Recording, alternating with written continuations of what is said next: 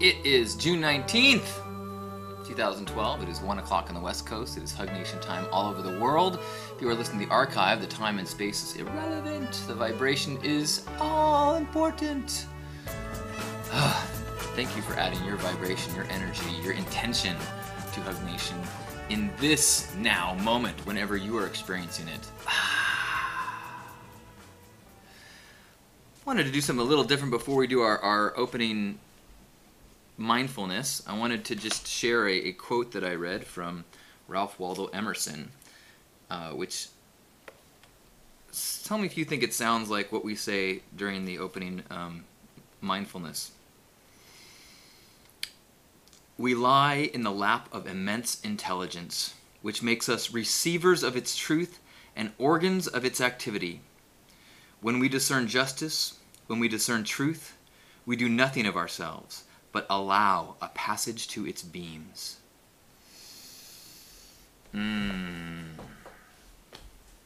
So, let's just take a deep breath and allow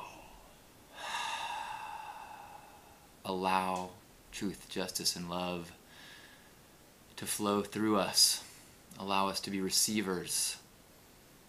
Allow us to settle into the natural, perfect cycles and vibrations of this universe.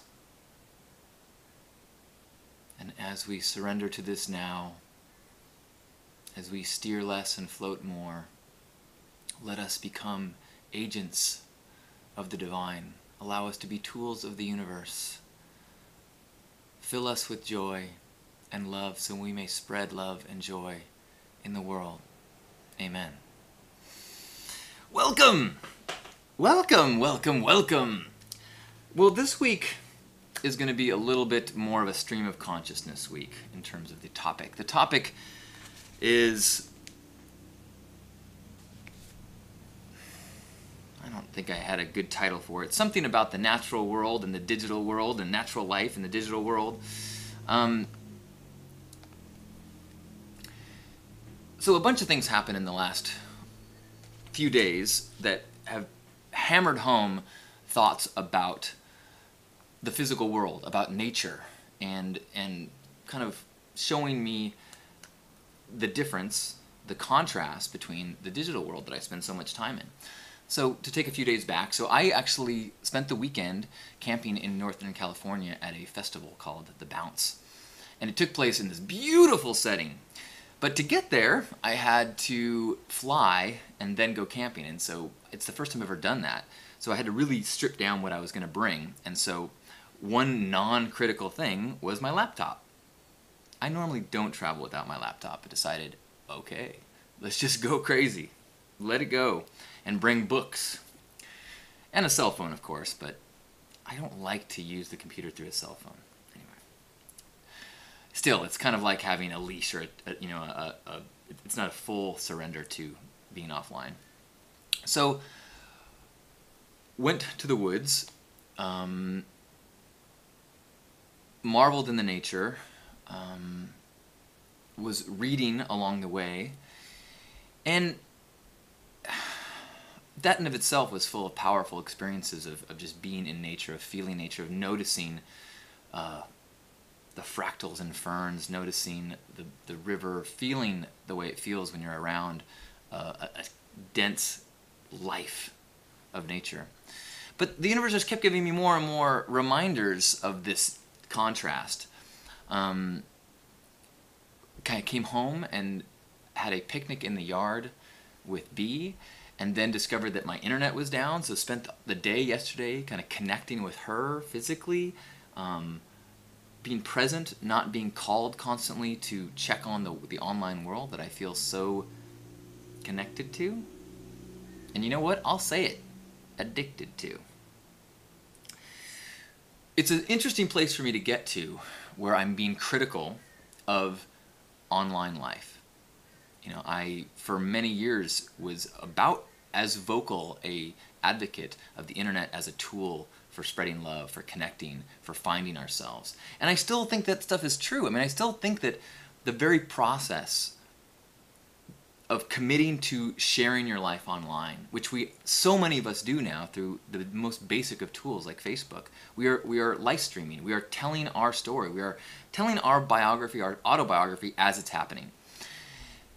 There was a time when that was considered a very arrogant thing to do, and when I was sharing so much of my life, I was a target for a lot of, why should we care? But it's less about why you should care.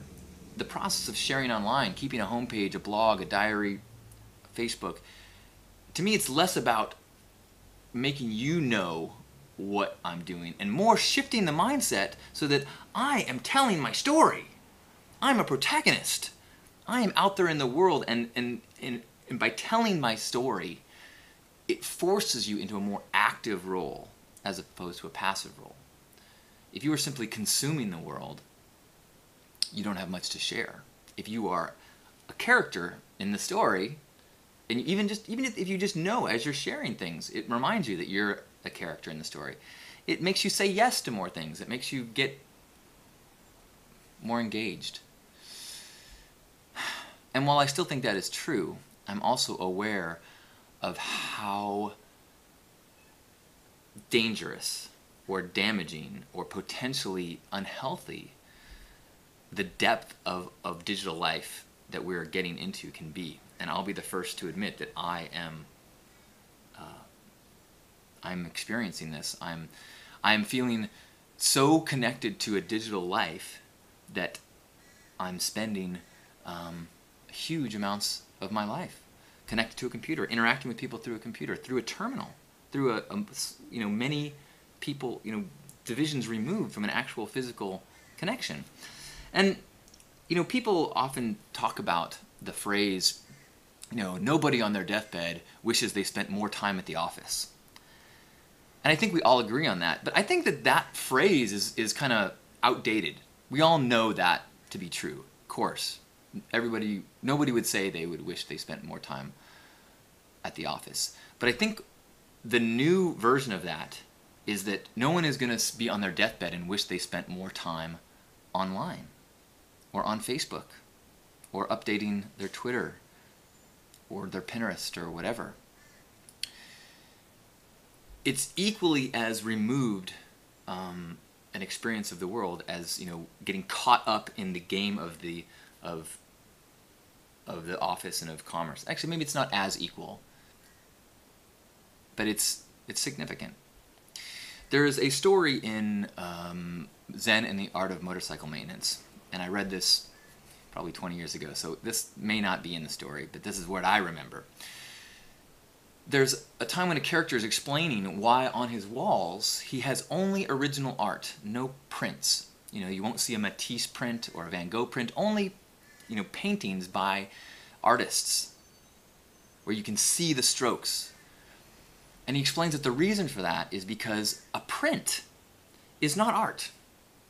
A print is a picture of art. You can appreciate the beauty of the art, but you're not experiencing the art. You're not getting the energy of the art. You're not feeling the artist in the same way that you would if you were in front of their work. And that really hit me hard.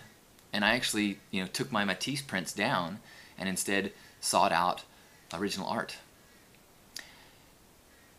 And only recently did it occur to me that the online experience of the world is very similar. An online interaction, an online experience of a gathering, an online appreciation of an event through photos, even an online hug. That's not a hug. It's a picture of a hug. And again, you can retain and get some of the experience. You can get some of the energy of it, but it's not the same. And the danger comes because we get tricked into thinking that it is. And it feels enough of the same that you feel like, well, I don't need as much of the real interactions, the real physical experience of the world, of nature, of whatever it is. It's like taking your family to Vegas and feeling like, okay, we saw, Paris with the little pretend Paris, we saw a little pretend Egypt, At the Luxor, we saw a little pretend San Francisco. So, you know, it's kind of the same, right? I feel like I've treated my family to a world travel experience. Good enough. And you maybe lose the need or the thirst for true travel because you get enough of it through that Vegas experience. But I think you'd be pretty insane to say that visiting the Luxor is the same thing as visiting Cairo. And the same is true with, you know, if I look at a gallery of someone's visit to the Grand Canyon, it's clearly not the same thing as going to the Grand Canyon. And reaching out to someone and telling them that I care about them is not the same thing as looking in their eyes. I mean, I know that I've been speaking into a webcam for a long time, and I can get pretty good at feeling you and connecting and feeling that I am depositing that energy into this digital place, that then when you receive it, you're pulling a little bit of that energy out. But it's not the same. And I'm saying this for myself because I am finding myself that it is enough, it is good enough, it is a warm enough feeling that I'm letting it take more and more and more of my life. Maybe take is an aggressive word, but it's sometimes, because I'm in control, I have the choice, but there's so much wonderful things, so many good, easy to get to connections through this terminal that I go there instantly. I go there first. And it's not just connections, it's also entertainment. It's also, you know, stimulus. So as I get stuck in some mental place where I should or want to be writing, as I get stuck, I have to fight hard the instinct to go check on one of the infinite number of entertaining things that are available to me in the digital world. Now, if I would go outside and walk in the yard, I would feel better about myself. If I would go to a yoga class and integrate with my body, if I would go into the other room and hug my girlfriend, that would be different. But what I'm doing is simply going to the lowest hanging fruit as far as feeling some stimulation or some entertainment. And I'm feeling that it's a problem. It is the barrier for the next levels of my growth.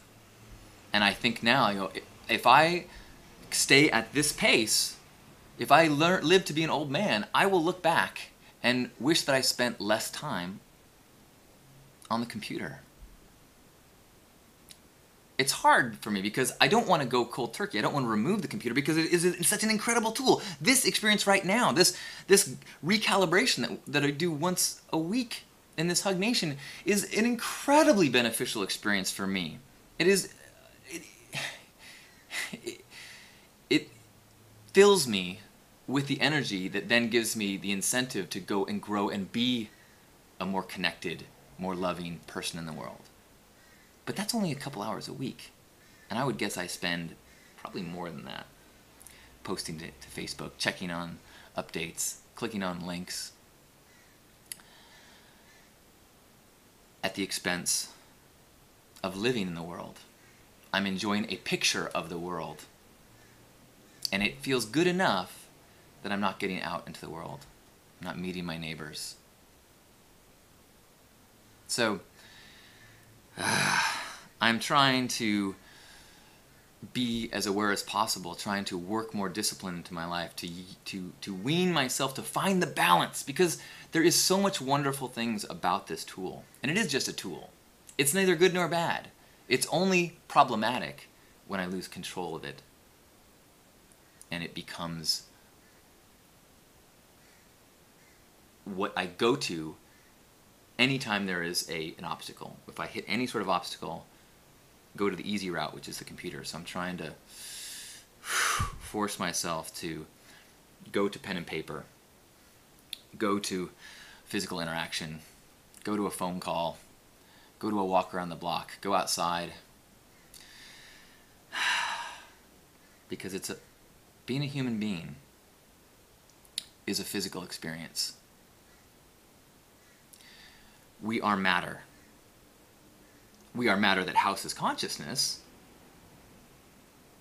but it would be a travesty to neglect the physical experience of being human, and to get solely into the intellect, solely into the terminal, solely into this, and lose the magic of a physical experience in this incredible planet.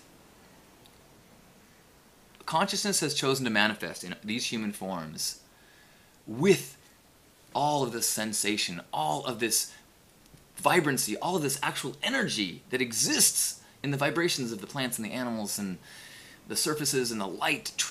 It's everywhere. And we are in the smack dab in the center of the most gorgeous, diverse planet that we've ever, in all of our limited explorations has shown us. And we're in the middle of it. And yet, this technology dilemma,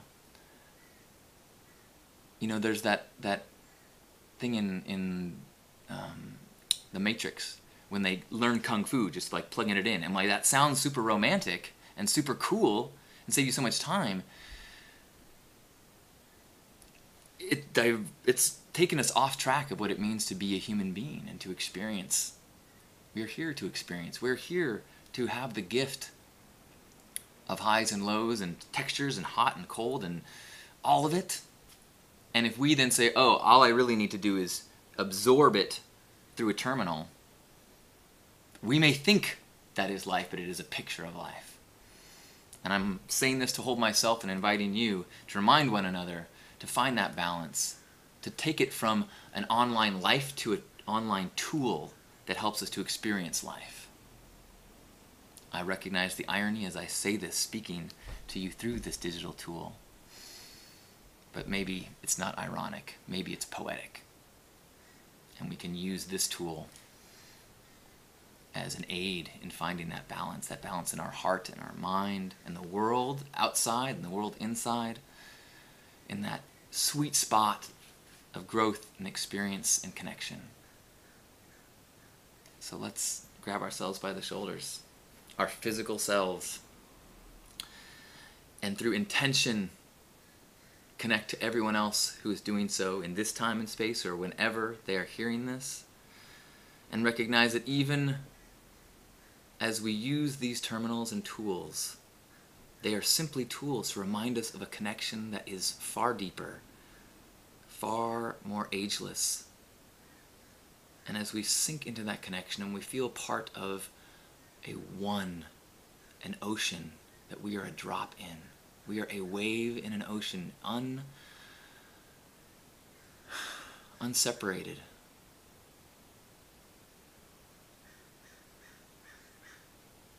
So let's sink into that and feel that, and take 3 deep breaths together. In through the nose,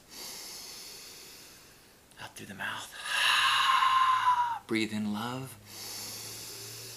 Share it with the world. Breathe in love. Share it with the world. The physical air going in and out of us, breaking that barrier between our skin surface and the world around us, reminding us that we are all connected. We are all part of one massive thing, allowing this individual human perspective to be witness as well as participant, as well as absolutely integrated. On behalf of Grandpa Caleb and all the Love Warriors, happy Hug Nation. Thank you for the reflection, for the reminder. I love you. Namaste. Brady asks, if life is like the Matrix and just a simulation, then what we call life is just like reading a book and not experiencing true existence. Well,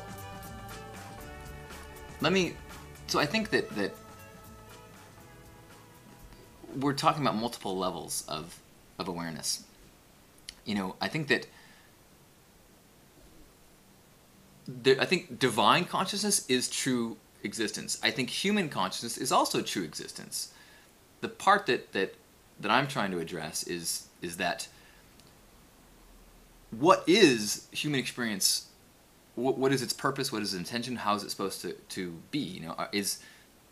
I don't think we're meant to survive. I don't think that's the purpose.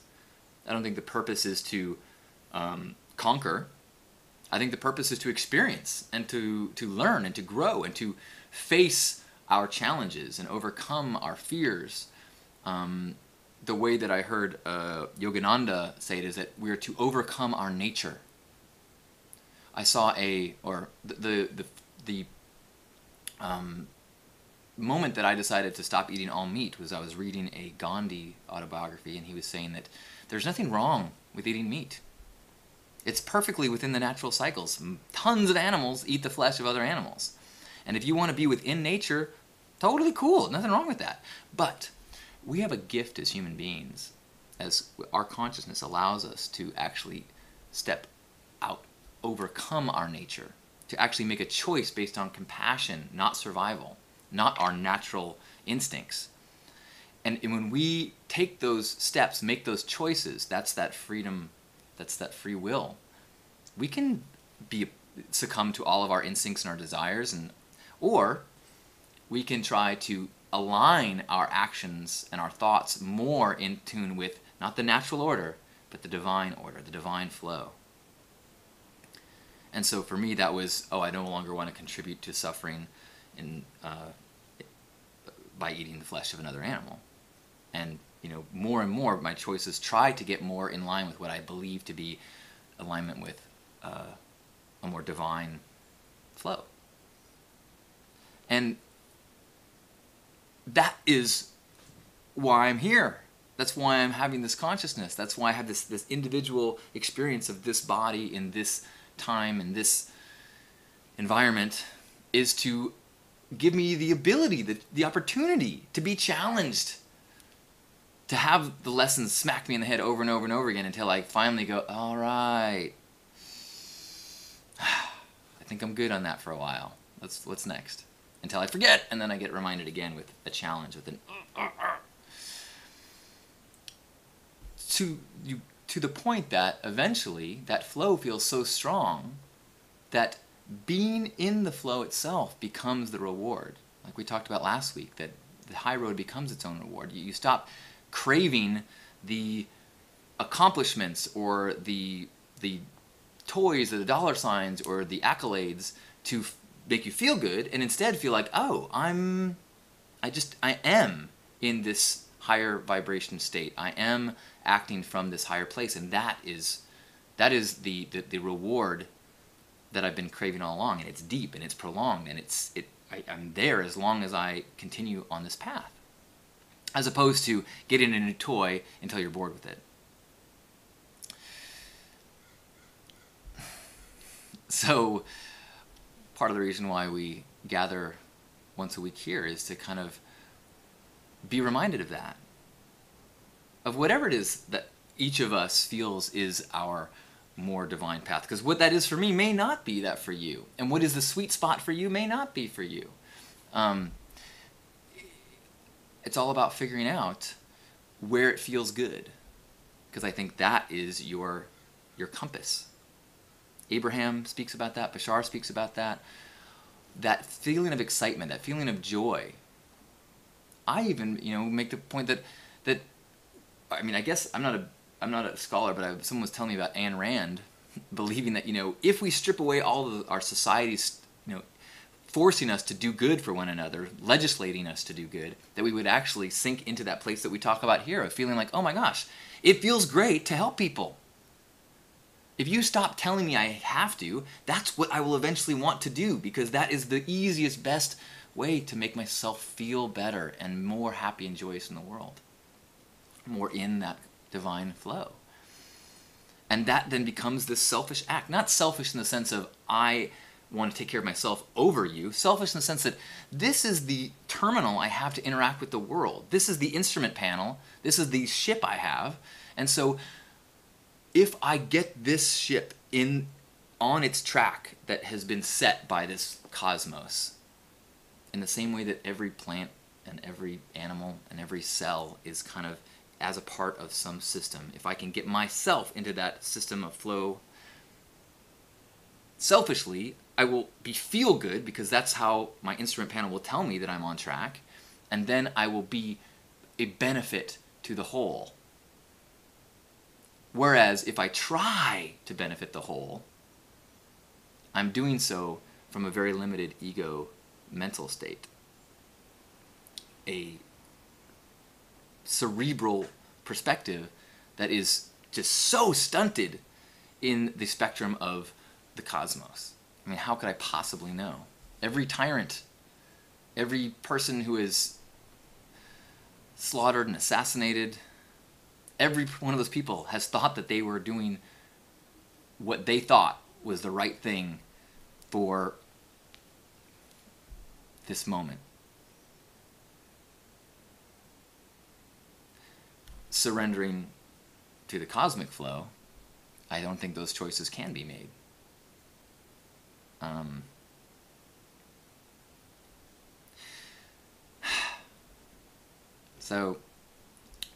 Which is why, to go back to today's theme, why returning to nature is so important. Because whether we hear it or not, nature is a representative of the grand classroom of that flow, of that harmony, of those patterns, of the cycles. And taking that as our instructor, as opposed to a ego voice, that's the healing of our minds and the healing of the planet and the healing of all. Not that it's wrong, because there is no, you can't be wrong. Everything in the system plays its role. Even a tyrant plays the role of someone for a hero to learn the lesson and overcome, or learn the lesson of humility, or learn the lesson you need to have evil men, you need to have obstacles, you need to have storms. Our job is to get selfish and figure out what our role, natural role, overcoming our nature to be in flow might be. I'm not sure if this is making any sense. I think what I need to do is stop talking and get outside. Start looking at some leaves. Start counting some clouds. Start looking into the eyes of people like you. And remembering that it's all perfect and divine and magical. And being in awe of it all and simply receiving the gift of this experience is what it's all about. So thank you for being such an amazing teacher, for being such an amazing student, for reflecting the magic to everyone as you walk your walk. Thank you. I love you. Namaste.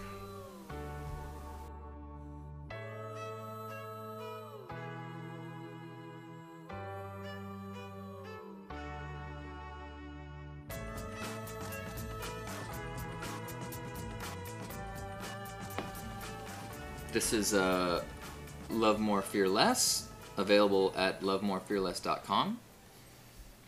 I'm a little biased, but I think it's a fantastic read. It's lots of little essays. It's great for the bathroom. So this is page 55, Nature as Sacred Text. I've been devouring science documentaries. To me, studies of the natural world are better tools for studying God than sacred texts. A sacred text is a man's attempt to put the inexpressible into words. Often those words are then translated. Sometimes the original words are even passed down several times before they make it into print. Language is an amazing tool, but it is merely a tool. Remember in high school when your writing professor would repeat the mantra, show, don't tell? Don't tell me the flower is pretty, show me its beauty. Describe the colors and patterns and the play of the light. But even the greatest poet could not accurately convey the baffling beauty of an orchid. Joyce Kilmer wrote long ago, I think that I shall never see a poem lovely as a tree. And this is the trouble with sacred words. They are all essentially poems about trees. I don't mean to argue their truth or value, only to point out the obvious limitation of words. After reading a particularly vivid account of an experience, say surviving the Katrina floods, you might feel as though you had been there. But it would be incredibly naive to believe that you had the same experience as someone who is neck-deep in water and fear. Could you ever read enough about giving birth to reach an understanding of what that experience is like, or having sex? To me, studying science on a very surface level is not about understanding. I have no goal of learning the details of fusion or the intricacies of photosynthesis. Instead, the basic knowledge serves to pulverize into mush any lingering need my brain has of making sense of it all. Understanding how it all works is impossible and stressful. Surrendering to the infinitely complex order, that's calming and peaceful. This is particularly helpful if you combine micro and macro learning, from microscope to telescope, from distant galaxy to inside my body. No matter how far my attention goes in any direction, it never stops uncovering incomprehensible levels of chaos, order, drama, and interconnectedness. The human drama, with its adultery, career paths, and invention, is no more complicated or important than the drama of a marshland biosphere or a distant pulsar. The universe is fractally amazing. The more I watch Cosmos or the Discovery Channel, the more giddy I become with awe. It seems to me that this awe and appreciation is immensely more important than understanding. I can enjoy a roller coaster without understanding the physics. I just have faith that the track is constructed in such a way that it supports the speed, gravity, and torque of the ride. I could read a book about how the ride should be ridden. I could follow the exact steps a legendary rider of the past took. Commandment 4, thou shalt not eat multiple corn dogs before riding. Commandment 5, thou shalt be taller than this sign. Commandment 6, on the Sabbath, lines are longer, so try to go midweek, etc. The rules and descriptions can certainly be helpful, but they must be understood in their place. Too many people are reading the rules as they are riding, so focused on the abstract that they are not enjoying the actual experience. It may sound trite to suggest to someone that they stop to smell the flowers, but on the contrary, this is profound spiritual guidance.